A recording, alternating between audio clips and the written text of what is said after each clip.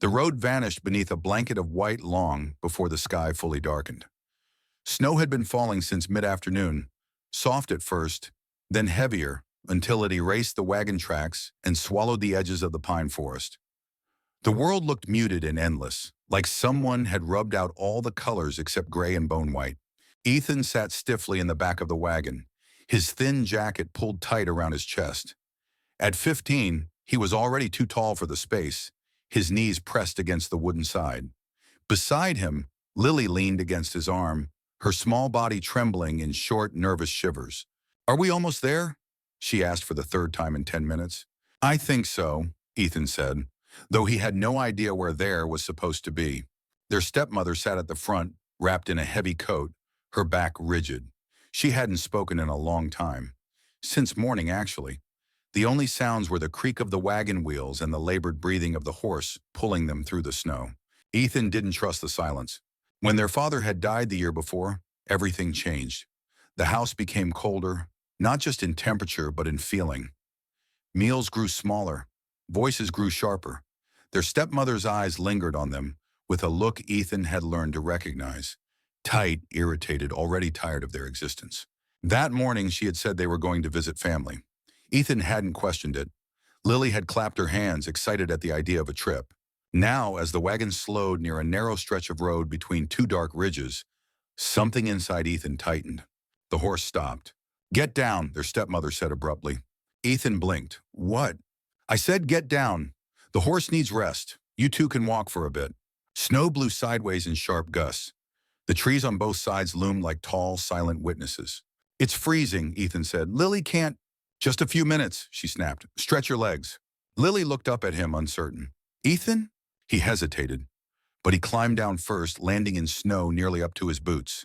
Lily followed, slipping, and he caught her by the arm. Their stepmother handed down a small cloth bundle. "Here, take this." Inside were 2 pieces of dry bread and a half-empty bottle of water. "I'll go ahead and turn the wagon round up there," she said, pointing vaguely down the road. "You'll see me when I come back." Then she climbed back up. The reins snapped. The horse moved forward. Ethan watched the wagon roll away, slow at first, then faster as it passed over the slight dip in the road. The red tailcloth flapped once, then vanished into the snow. Minutes passed.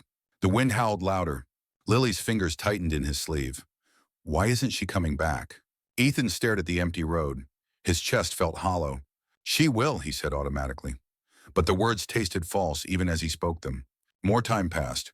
Snow filled the wagon tracks until the path looked untouched, like no one had ever come through at all. "She left us, didn't she?" Lily whispered. Ethan didn't answer right away. He knelt and pulled her into his coat, pressing her small body against his own, trying to shield her from the wind. His heart hammered in his ears. "She's not coming back," Lily said again, her voice cracking. Ethan closed his eyes. "No," he said quietly, "she's not." The truth landed between them like a dropped stone. Lily's face twisted, and then she started crying. Hard, panicked sobs that shook her thin shoulders. "I want Papa," she cried. "I want to go home." Ethan swallowed. His throat burned. "I know," he said. "I know, Lil. But home no longer existed the way it used to. And Papa was buried under cold dirt with a wooden cross at his head." The wind pushed at them, biting through cloth and skin. Ethan forced himself to think. If they stayed where they were, they would freeze. The sun was already slipping behind the mountains, and the light had that pale, exhausted look that came just before dark. He scanned the land around them. White hills, black trees. Then off to the left, he saw something darker against the rock face. A break in the stone, a shallow hollow in the cliff. A cave. Not deep, not wide, but enough to block the wind. "We're going that way," he said. Lily shook her head. "I can't walk anymore." Ethan didn't argue. He lifted her onto his back. She was lighter than she should have been for 7 years old, all bones and winter clothes. Each step through the snow felt like dragging his legs through water. His boots filled with ice. His fingers went numb inside his gloves. But he didn't stop. By the time they reached the rock wall, his breath came out in painful bursts. The cave mouth was half hidden by snow and hanging roots, like the earth itself was trying to close it off.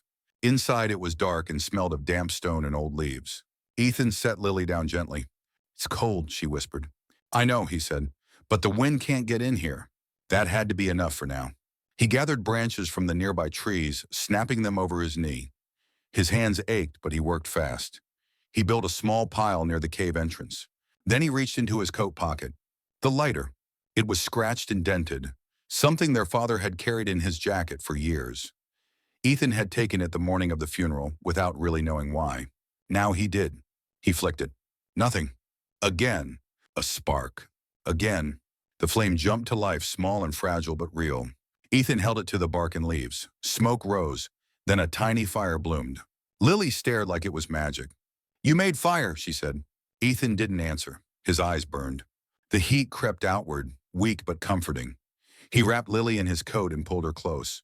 Outside, the storm kept falling. Inside the cave, the shadows danced along the stone walls, stretching and shrinking with every flicker of flame. Lily rested her head against his chest. "Ethan, are we going to die?" The question was quiet, honest, terrifying. He tightened his arms around her. "No," he said. He didn't know if it was true, but he needed her to believe it. And somehow in that moment, he believed it too. Morning came without color. The light that crept into the cave was thin and gray, like the world had forgotten how to be bright. Snow had piled higher outside the entrance, and the wind still whispered through the trees with a tired, restless sound. Ethan woke with his arms numb and his legs stiff. Lily was curled against his side, her face pale, her lips dry. For a moment, he forgot where they were. Then the cold reminded him. He sat up slowly, careful not to wake her too fast. The fire had burned down to a dull ring of red coals. He added 2 thin branches and blew gently until a small flame returned. Outside, the storm had passed, but the silence was heavier than the noise had been. Ethan stepped to the edge of the cave and looked out. The road was gone. Snow covered everything. No tracks, no sign that a wagon had ever been there. Just hills, trees, and the long slope of rock that rose behind them. They were alone. His stomach twisted. Lily stirred. "Is it morning?" "Yeah," he said. "We made it through the night." She pushed herself up and hugged her knees. "Are they going to find us today?" Ethan didn't answer right away. He walked back inside and handed her the bottle of water. She took small sips like he'd taught her. "They're not coming," she said softly. "No," he said. "They're not." She nodded once. No screaming this time, no crying, just quiet. That scared him more. He tore one piece of bread in half and gave her the bigger part. "You eat first," and he said. "But you." "I will, after." She didn't argue. She never did anymore. After they ate, Ethan crouched near the cave wall and tried to think. They couldn't stay here forever. They had no food, barely any water, and only one thin fire. But walking blindly through the mountains with Lily would kill her. He needed shelter. He needed food. He needed time. The cave was the only thing they had. "We're not going back to the road," he said finally. "We'll freeze out there." "So we stay here?" Lily asked. "For now." The words sounded small, weak, but it was the truth. He went back outside and studied the ground. He remembered something his father had said once while hunting. Animals leave stories in the snow. He saw it now. Small prints in pairs, little jumps, rabbits. Ethan felt something spark inside him. He gathered thin wire from the broken strap of his backpack and shaped it into a loop the way he'd seen in videos at school. It took several tries. His fingers went red and numb. The first snare caught nothing. The second fell over. The third vanished under drifting snow. By afternoon, his hands were cracked and bleeding, but he didn't stop. Inside the cave, Lily was stacking stones around the fire to block the wind. "I made it better," she said. "You did," he told her, and he meant it. That night, they shared the last of the bread. Ethan didn't sleep much. Every sound outside made him tense. In the morning, he found a rabbit tangled in one of the snares. It was still alive. He froze. The animal kicked weakly, eyes wide and black. Ethan felt sick. "I'm sorry," he whispered. He did it fast, the way he remembered from his dad. Lily turned away. They cooked the meat over the fire. The smell filled the cave, heavy and real. They ate slowly, silently. That was the first time since the road that Lily smiled. "You're good at this," she said. "I'm not," he said. "I'm just trying." The days blended together. Ethan built a wind wall from branches and snow, leaning it across the cave mouth so smoke could escape, but cold couldn't rush in. He melted snow in a metal cup he found in the cave, left behind by someone long ago. He learned which wood burned fast and which burned slow. Lily learned how to feed the fire without letting it die. She learned to spot rabbit tracks and point them out. One afternoon, the sky darkened too early. A storm rolled in fast. By nightfall, the wind slammed into their shelter like fists. Snow forced its way through the gaps. Lily started crying again, her small body shaking. We're going to freeze, as she said. Ethan pulled her close under the rough blanket he'd made from his jacket and extra cloth. No worry, he said. We're not dying here. He meant it this time.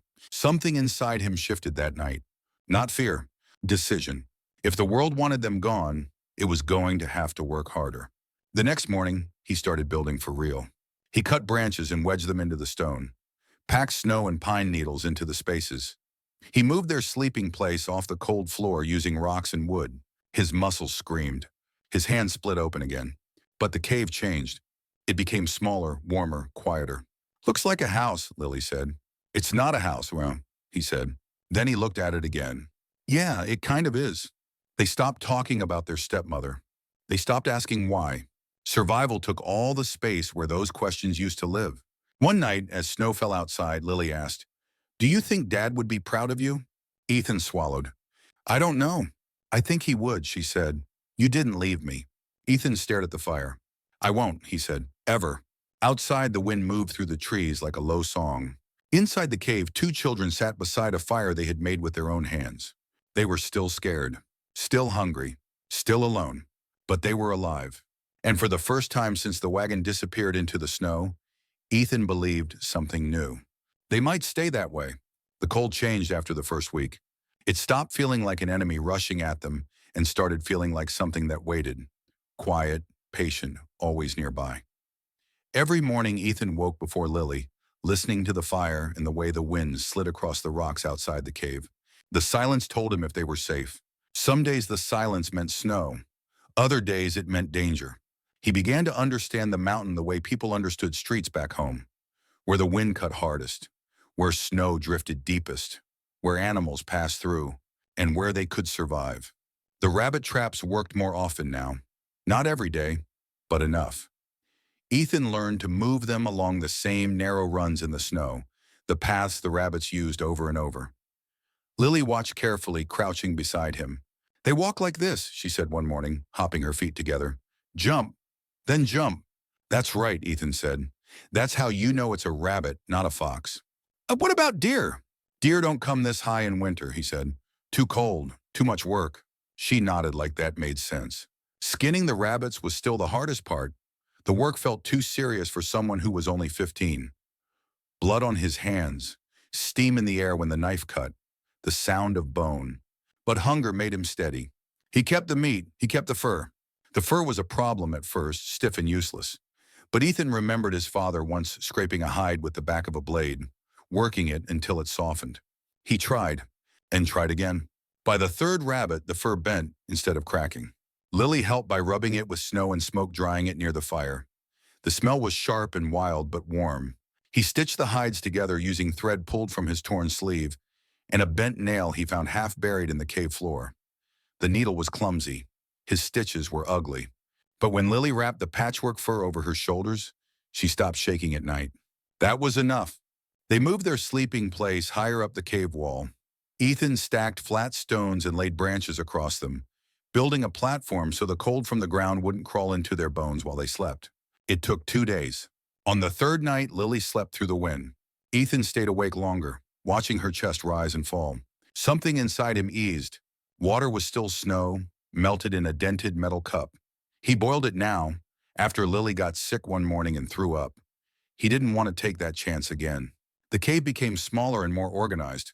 A place for fire, a place for sleeping, a place where meat dried, a place where bones were stacked to be burned later for broth.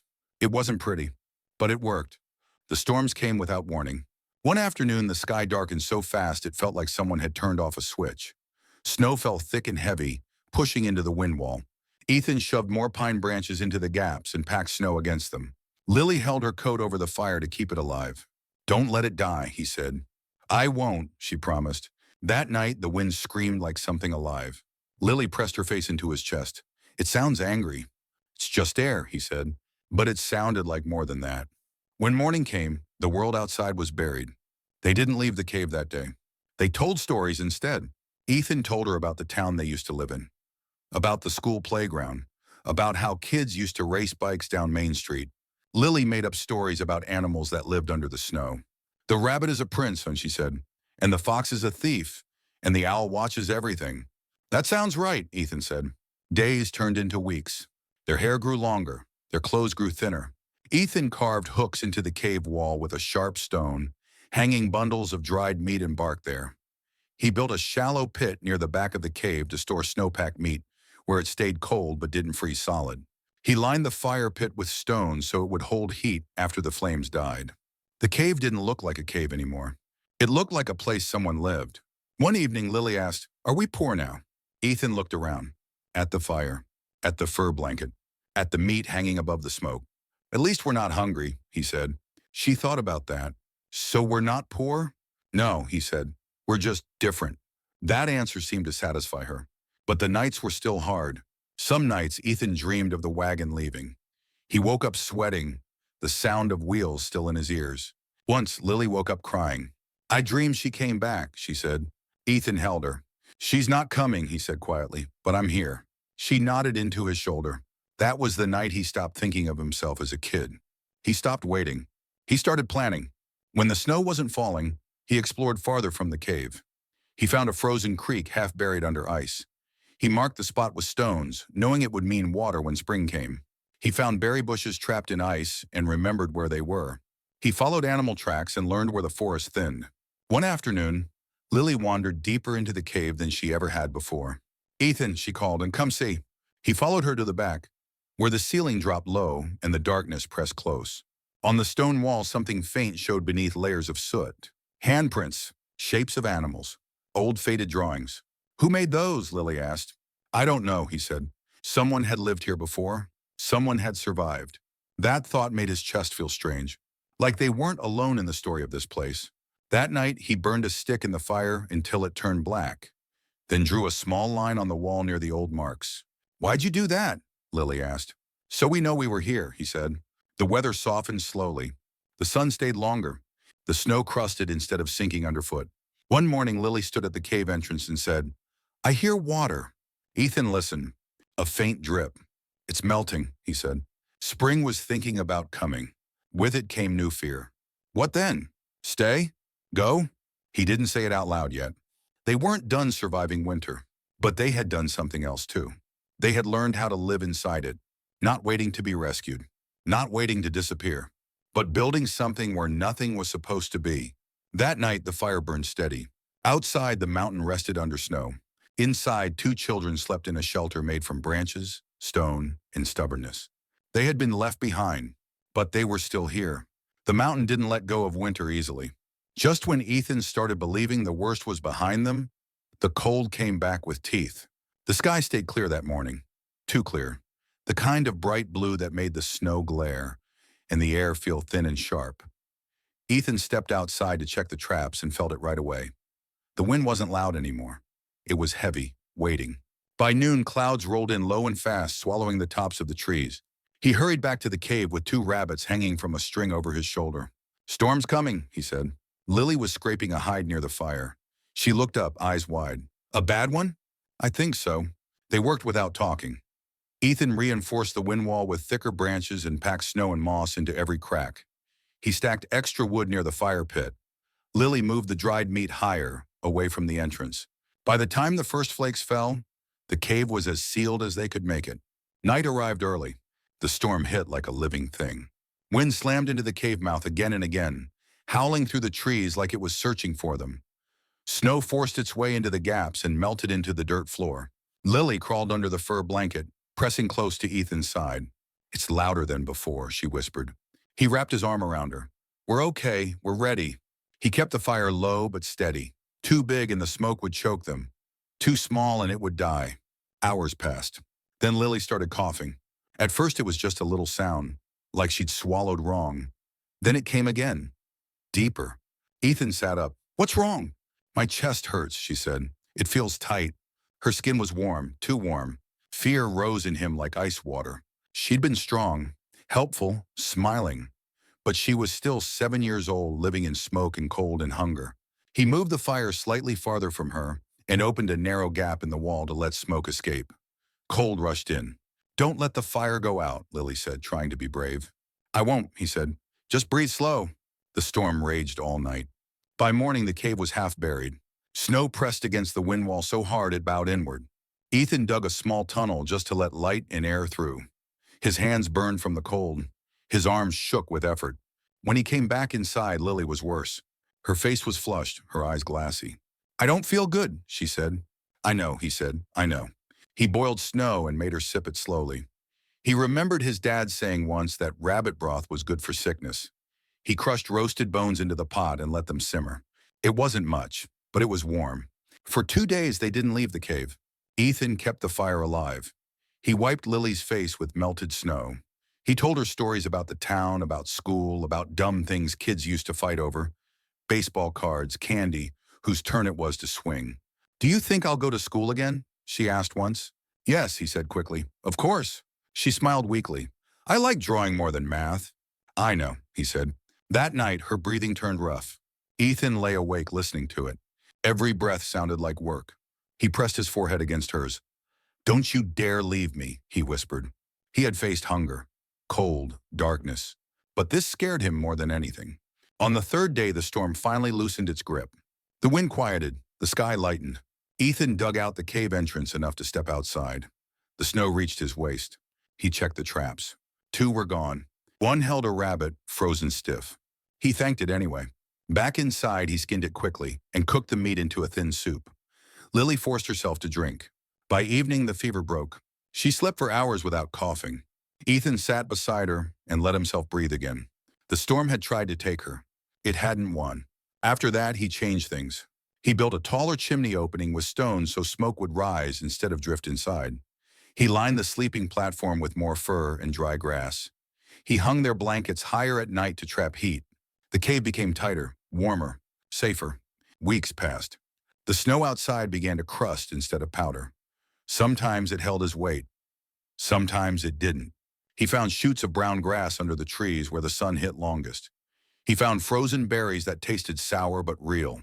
One afternoon, Lily stood at the entrance and squinted at the sky. "It smells different," she said. He laughed. "What does that mean?" "Smells wet." He listened. Somewhere in the distance, water moved under ice. Spring was closer now. But winter wasn't done teaching them. One night, as they ate rabbit stew, Lily said quietly, "Do you think she wanted us to die?" Ethan stiffened. "I don't know," he said. "Maybe she just didn't care." Lily poked at the fire with a stick. "If she comes back, will you let her take me?" His chest tightened. "No," he said. "No one takes you from me." She looked at him, searching his face. "Promise?" "I promise." That word felt heavier than anything he'd carried before. Later, he sat alone and thought about the road. About towns. About people. The world out there had thrown them away. The mountain hadn't. It had tried to kill them, sure. But it had also given them wood, animals, stone, and silence. It had given them a chance to fight back. When the next storm came, they were ready. When Lily coughed, he knew how to help. When the fire weakened, she fed it without being told. They didn't panic anymore. They prepared. And in that, something changed. They weren't just surviving the mountain. They were learning its rules. One evening, Lily traced the soot marks on the wall with her finger. "You should draw more," she said, "like the old ones." He took a burned stick and made a simple shape. 2 lines side by side. "That's us, where?" he said. She added a small circle below it. "That's the fire." Outside, the snow melted in slow, steady drops. Winter was still there, but it was losing. And Ethan knew now, even when winter fought back, they knew how to fight harder. Spring didn't arrive all at once. It crept in slowly, like it wasn't sure it was welcome. The snow outside the cave still covered the ground, but it no longer felt endless. In the afternoons, the top layer softened into slush. Thin streams of water ran down the rock face and pooled near the base of the cliff. Ethan placed flat stones beneath them and collected the melt in their dented metal cup. "Real water," Lily said, watching it drip. "Not snow water." "It's better this way," Ethan said. "Cleaner." They still trapped rabbits, but not as often. The animals were moving higher now, restless with the change in season. Ethan followed their tracks deeper into the trees, careful not to go too far. The mountain looked different when the snow thinned. Shapes appeared, fallen logs, dark soil, low bushes that had been hiding all winter. The world felt like it was waking up, and so were they. Ethan started thinking beyond the next meal. He used a sharp stone to carve shallow shelves into the softer parts of the cave wall. On them, he placed their few tools: the bent nail, the knife, the cup, bundles of dried meat tied with strips of cloth. He hung their fur blankets from wooden pegs so they wouldn't sit on the damp ground. Looks like a store, Lily said. A store where everything is free, he said. She smiled. He built a better door for the cave from woven branches and packed mud and moss into the gaps. It wasn't pretty, but when he closed it at night, the wind stayed outside. The cave no longer felt like a hiding place. It felt like something they had chosen. One morning, Lily came back from the trees with dirt on her knees. Look, she said, holding out her hand. In her palm were 3 shriveled berries, dark and wrinkled from the cold. Where'd you find those? By the rock where the fox tracks were, she said. There's a bush. Ethan's heart jumped. That means there will be more when it gets warmer. Food that didn't move. Food that didn't have to be trapped. That changed things. He marked the spot with stacked stones and showed Lily how to do the same. They began walking farther from the cave now, following the sound of running water. One afternoon, they reached the frozen creek he'd found weeks before. A narrow ribbon of water cut through the ice. Lily crouched and touched it. It's cold. But it's here, Ethan said. It didn't disappear. They stood there for a long time. A place for water, a place for food, a place for shelter. The mountain had given them a map without words. That night, Ethan drew in charcoal on the cave wall. Simple lines showing the creek, the berry bush, the trap path. What are you making? Lily asked. A plan, he said. She nodded like that made sense. They talked more now, about things beyond the storm. Do you think there's still school? Lily asked one night. Probably. I don't remember how to spell my name. He took a stick and wrote it in the dirt. Lily. You do now. She practiced until it was straight. Sometimes they talked about their stepmother. Not with anger, just questions. Why didn't she want us? Lily asked once. Ethan thought about it a long time. Some people don't know how to carry other people, he said. So they drop them. Like heavy bags. Yeah, he said. Like that. Lily frowned. We're not heavy. No, he said. We're not. As the days warmed, Ethan tried something new. He dug a small patch of soil near the cave where the snow melted first. He loosened it with a flat rock and pushed a few seeds into it. Beans he'd found in the bottom of Lily's coat pocket, left over from a snack long ago. They waited. Nothing happened at first. Then one morning, Lily shouted, Ethan! A thin green line pushed up through the brown dirt. They stared at it like it was magic. We made food, Lily said. We're trying to, he corrected. But he smiled. They ate less meat now and more of what they could find. Roots, bitter leaves, berries when they appeared. Their stomachs hurt sometimes, adjusting. But they were alive. Stronger. The mountain stopped feeling like a trap. It started feeling like a place. One afternoon, while collecting branches, Ethan found something half buried near the creek. A rusted pot.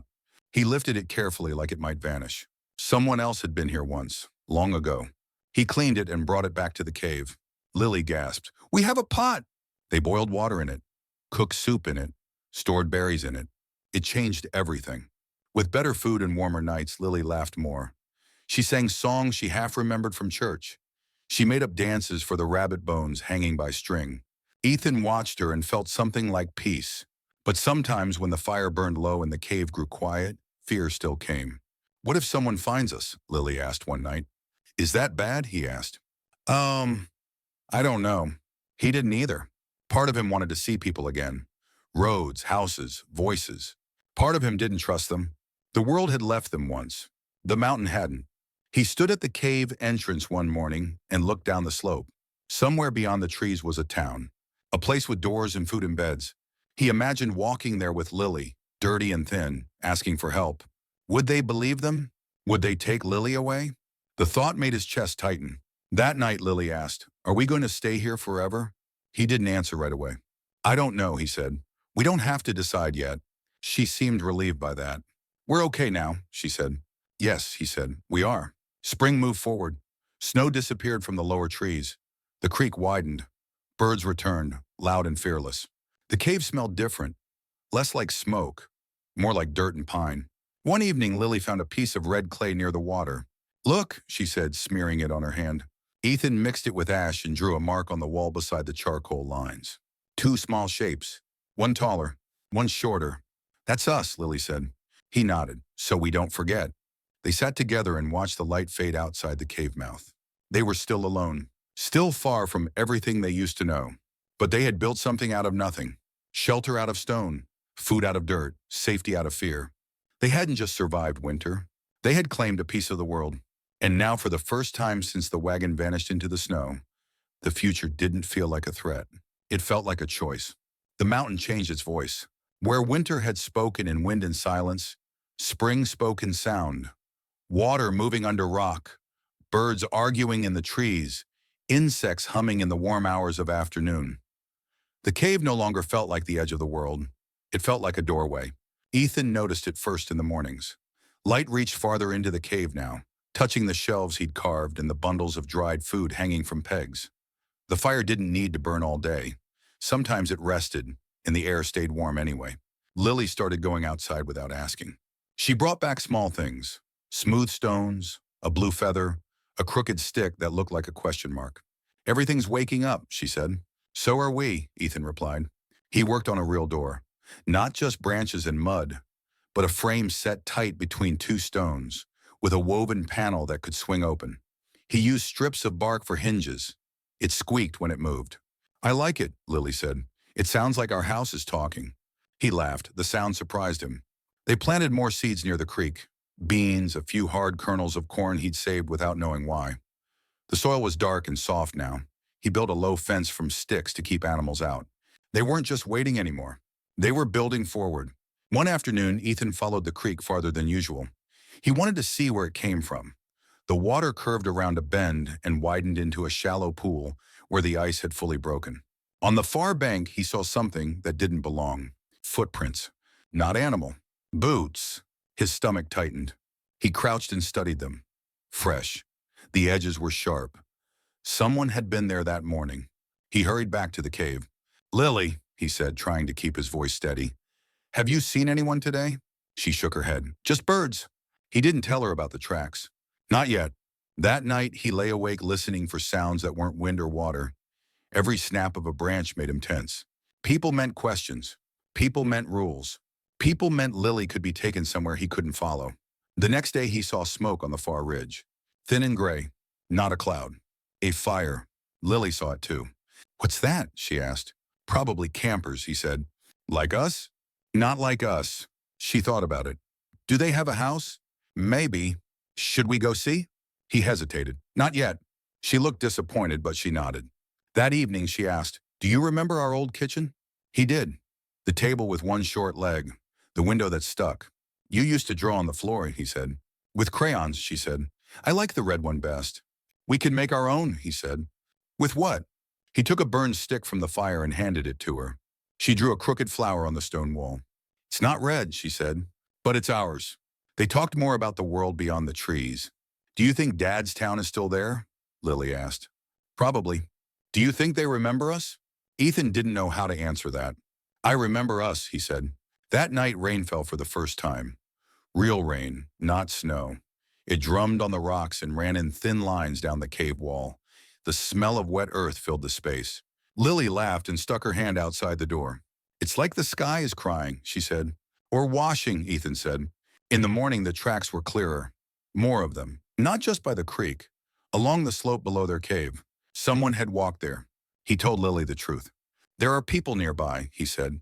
Her eyes widened. "Are they good?" "I don't know." "Are they like her?" "No," he said quickly. "I don't think so." She looked down. "What if they don't like us?"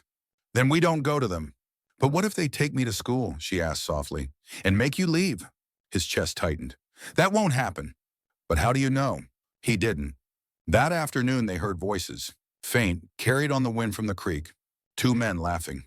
Metal clinked against metal. Ethan pulled Lily inside and closed the door. They waited. The voices passed and faded. Neither of them spoke for a long time. When the world was quiet again, Lily said, "I don't want them to see our wall." "Why?" "Because it's ours." He understood that. The next days were strange. The mountain felt smaller, like it was being looked at from the outside. Ethan hid the traps farther back. He covered the smoke hole with extra stones so the fire wouldn't show at night. He moved their drying rack deeper into the cave. They lived smaller, quieter. Until one afternoon, Lily didn't come back from the creek. Ethan felt panic climb into his throat. "Lily," he called. No answer. He ran down the path, heart pounding. She stood by the water with a woman. A real woman. Brown coat. Hair tied back. boots muddy from walking. Lily turned and saw him. Ethan! The woman stepped back when she saw him, hands raised. Hey, easy. I'm not here to hurt anyone. Ethan didn't move closer. What are you doing here? He asked. Hiking, she said. I saw smoke earlier and thought maybe someone needed help. Lily looked between them. We live here. The woman's face softened. You two? Yes, Ethan said. In the cave? Yes. The woman knelt so she was Lily's height. How long? All winter, Lily said. The woman's eyes widened. Ethan felt exposed like the mountain had just peeled away. We don't need anything, he said. We're fine. The woman looked at their clothes, their hands, their thin arms. You shouldn't be here alone, she said gently. We're not alone, Lily said. We have the cave. The woman smiled sadly. That's not what I mean. Footsteps came from the trees. A man appeared with a pack and a fishing pole. Everything okay? He asked. The woman nodded. I found them. The man frowned. Kids? Yes. Ethan stepped in front of Lily. We're not lost, he said. We live here. The man exchanged a look with the woman. We can help, he said. Ethan shook his head. No. The woman hesitated. At least let us bring you food. We have food, Lily said proudly. The man glanced at the creek. You can't stay out here. Ethan felt anger rise. We already did. Silence hung between them. Finally, the woman took off her glove and held out a small bag. Just take this, she said. No strings. Ethan didn't move. Lily did. She took it. Inside were crackers and an apple. Real food. The woman stood up. We're camping 2 miles down the trail. If you change your mind, we'll be there. They turned and walked away. Ethan stared after them. Lily bit into the apple. Her eyes filled with tears. I forgot what this tasted like, she said. That night, Ethan couldn't sleep. People knew now. The world had found them. He sat by the fire and thought about the town again. About beds, about school, about rules. He looked at Lily sleeping under the fur blanket. She had color in her cheeks again, but her hair was tangled, her clothes too small. He whispered into the dark, What do we do now? The fire crackled. Outside, the creek kept running. They had built a life out of nothing. But now something else wanted in. And Ethan knew. The choice they'd been avoiding was standing at the door. Not tomorrow. Soon. The next morning, the cave felt different. Not colder, not darker, just watched. Ethan woke before Lily and listened to the mountain the way he always did. Water moved in the creek. Birds argued in the trees. Wind slid through branches without trying to tear them down. But under all of it, there was a new feeling. The feeling of being seen. The apple the woman had given them sat on the stone shelf beside the fire pit, its red skin bright against the gray rock. Ethan hadn't let Lily finish it. He'd wrapped the rest in cloth and tied it closed like it was something sacred. Lily woke up smiling. Can I have more apple? She asked. He cut a thin slice with the knife and handed it to her. She chewed slowly, like she wanted the taste to last. Do you think they'll come back? She asked. I don't know, he said. She thought about it. I liked her. He didn't answer. That day they didn't go far from the cave. Ethan fixed the loose hinge on the door. Lily practiced writing her name in the dirt again. The fire burned low but steady. They didn't talk about the people by the creek. Not until evening. What happens if we go with them? Lily asked suddenly. Where? To their camp or their town. Ethan stared into the fire. Then we won't live here anymore. She hugged her knees. Would that be bad? I don't know. Would I go to school? Probably. Would you stay with me? Yes, he said quickly. Always. She nodded, satisfied by that. That night rain came again, soft and steady. It tapped on the woven door and slid down the rock face in thin silver lines. The cave smelled like wet earth and smoke. Ethan lay awake long after Lily fell asleep. He thought about the road, about houses with windows and lights, about food that didn't have to be trapped or boiled. He thought about rules and questions, and people who might say, you can't keep her, you're just a kid. The mountain had never said that. The mountain had only asked one thing, can you survive? And they had answered. The next morning they heard voices again. Closer. Ethan stepped outside. The woman stood near the creek, waving one hand slowly so he wouldn't panic. The man stayed back this time. Hey, she called. We didn't want to scare you. Lily came up beside him. You came back, Lily said. We said we would, the woman replied. She held out a small bundle wrapped in cloth. We brought some bread and soup mix. Ethan hesitated, then walked down a few steps. We didn't ask for anything, he said. I know, she said gently. But you shouldn't have to do this alone. Lily took the bundle without waiting. Thank you, she said. The woman smiled. What are your name? She asked. Ethan, he said. This is Lily. I'm Claire, she said, and that's Tom. Tom lifted one hand. Claire looked at the cave entrance. You really lived here all winter? Yes, Lily said proudly. We made it a house. Ethan felt something twist in his chest. Claire crouched. There's a ranger station about 6 miles from here, and a town after that. Ethan didn't speak. We won't force you, she said, but people will want to know where you came from. Lily looked up at Ethan. Do we have to go? He swallowed. I don't know, he said. They ate the bread by the creek. Real bread, soft, warm. It tasted like another life. After Claire and Tom left, Ethan walked back up to the cave and sat down on the stone step he'd carved. Lily sat beside him. I don't want to forget this place, she said. We won't, he said. But what if they make us leave it? He looked around. At the door he'd built, at the shelves, at the drawings on the wall. They had turned a hole in the mountain into something that held them. That meant something. That afternoon, Ethan took a burned stick and drew again on the cave wall. 2 tall shapes, 1 small. Lines showing the creek, the berry bush, the fire. What are you doing, Lois? Lily asked. So this stays, he said, even if we go. She traced her hand beside his drawing. So it knows us. He nodded. That night, he made the decision. Not all of it, just the next step. In the morning, they packed what they could carry. The knife, the cup, the fur blanket, the bundle of dried meat. Ethan looked at the cave one last time. Thank you, Lily whispered to it. They walked down the slope together, following the creek toward the trail Claire had shown them. The mountain didn't stop them. It didn't hold them back. It just watched. By afternoon, they reached the campsite. A fire pit, a tent, a cooking pot.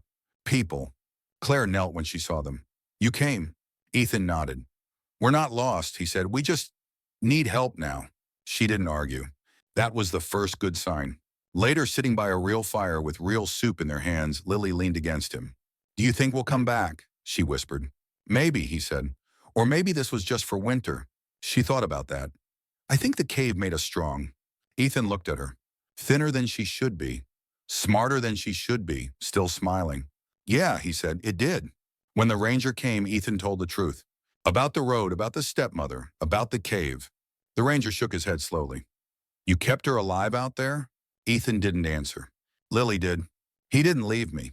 The ranger looked at Ethan with something like respect. That night, under a borrowed blanket, Lily fell asleep in minutes. Ethan lay awake, staring at the stars through the tent opening. He didn't know what town would be like. He didn't know if people would believe them. He didn't know what would happen next. But he knew this. They had been left to die, and they had chosen to live. Not because someone saved them, but because they built something with their own hands. A shelter, a system, a family. And now when the world came back for them, they weren't broken. They were ready. So let me ask you something. If you were Ethan, would you leave the cave behind and return to the world? Or would you stay where survival turned into home? Tell us what you would choose. And if this story touched you, if it made you think about strength, family, and what it really means to survive, don't forget to subscribe for more emotional stories about courage, loss, and second chances. Turn on notifications so you don't miss the next story. Because sometimes the people who are left behind become the strongest of all.